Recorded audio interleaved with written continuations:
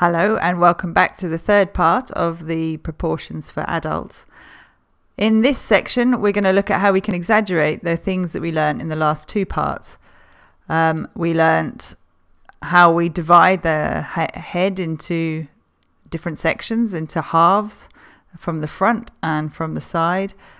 How at the side we have these thirds, the relationships of thirds, and other relationships on the face, such as where the nose and the mouth come.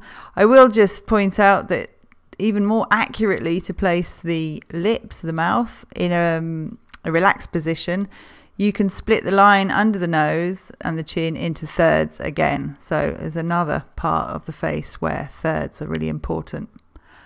And the general face shapes of the character of Mr. Normal. Okay, so if I hide him, you just see them there laid out very simply. So of course you can always come back to this image if you need to reference it. Okay, well then let's look at how we can start to exaggerate these features by breaking the rules, basically.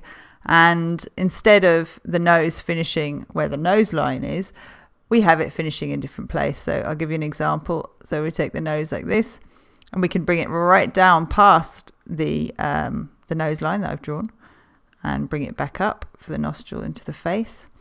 The lip line, we can keep it more or less the same place there.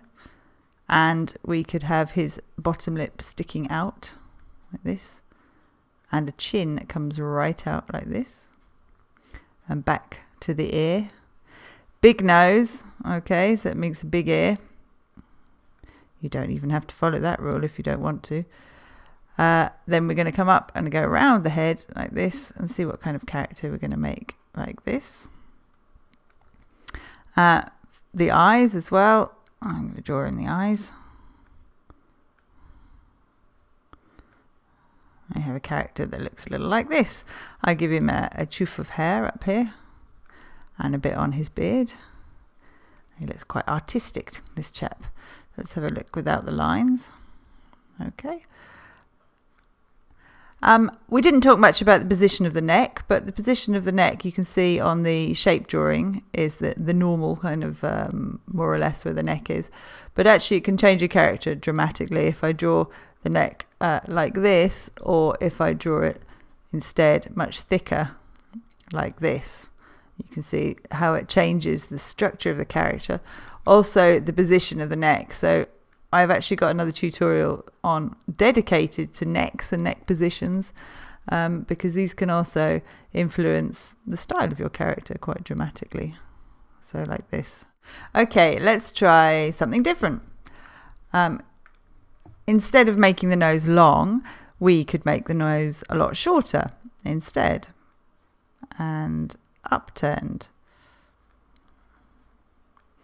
And you could bring the lips higher on the face,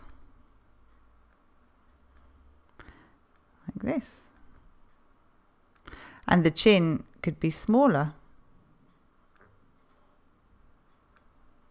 And you're ready, you begin to see it's a much more female face.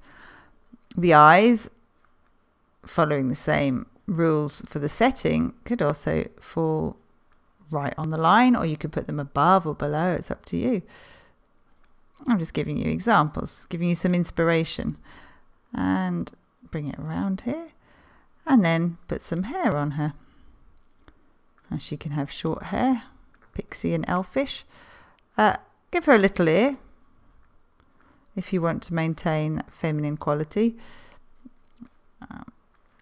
And make sure that you leave enough space between what might be her skull and her hair to convince somebody that she has actually got a head underneath there. The neck, of course, you can draw, as I said, in many different positions, and it will make the character look very different depending where you draw it. If you draw it in a position as well, you give her different expression. And if it was very thick, for instance, it's very, very different look than if it is nice and slim.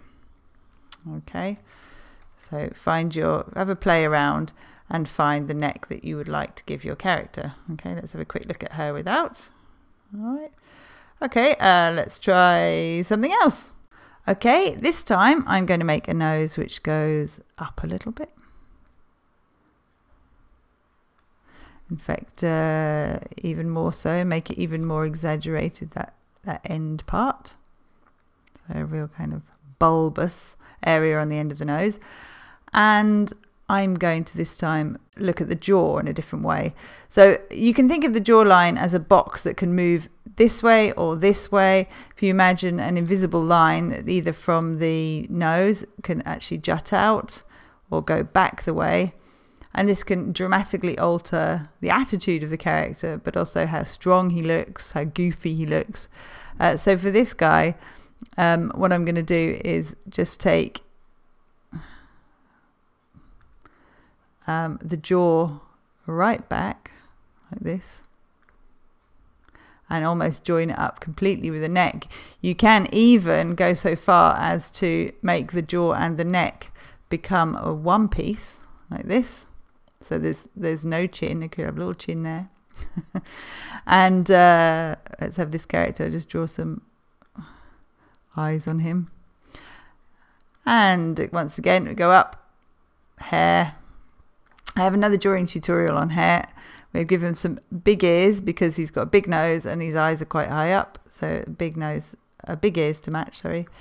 And then bring his hair round, same thing, around, and have his neck going down. And let's have a look at him. Okay, so very, very different attitude to this guy here. Okay, the chin going in the complete opposite direction changes it quite a lot. Okay, so let's go and have some fun with another one. This time I'll show you when the jaw goes in the opposite direction, it juts out. Okay, and I'm going to start with the nose. Actually, I'm going to start with it a lot higher on the face. I'm going to put the eyes up here this time. And a big nose comes down. And this time I'm going to draw the lips sticking right out like this. And this line, I'm going to move it way across here and give a big jaw line. So I'm exaggerating all of those lines and going wider on all of them. And I'm going to put his eyes up here.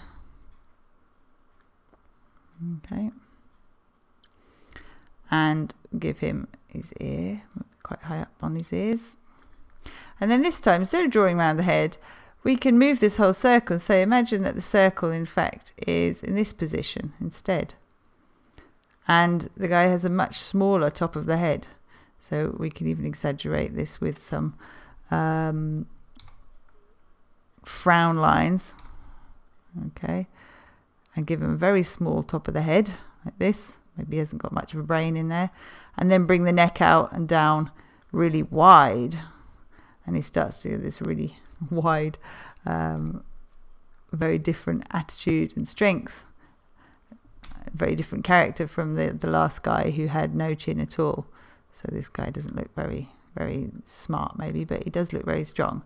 And of course you can give him some stubble and work into it by changing, of course, the shapes of the noses as well. You can find your preferred nose. A nice Roman nose like this may be quite good for a character with a big bump on it like that. And some stubble perhaps on his head. So let's have a look at him. You see he's starting to take shape as kind of a strong, beefy sort of character who you wouldn't want to get on the wrong side of. This guy is definitely wouldn't want to get on the wrong side of him. He looks very weak character and kind of goofy. And of course you can exaggerate those features even further to make him even more goofy. And then this one is very simple but feminine character. And then this guy. Okay, so it's up to you.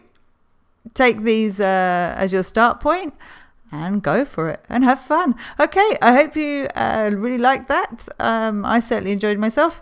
And I'll see you next time. Don't forget to subscribe to my channel if you like it. And I upload new videos every week. So there's always something new for you to see. Okay, thanks for watching. Bye.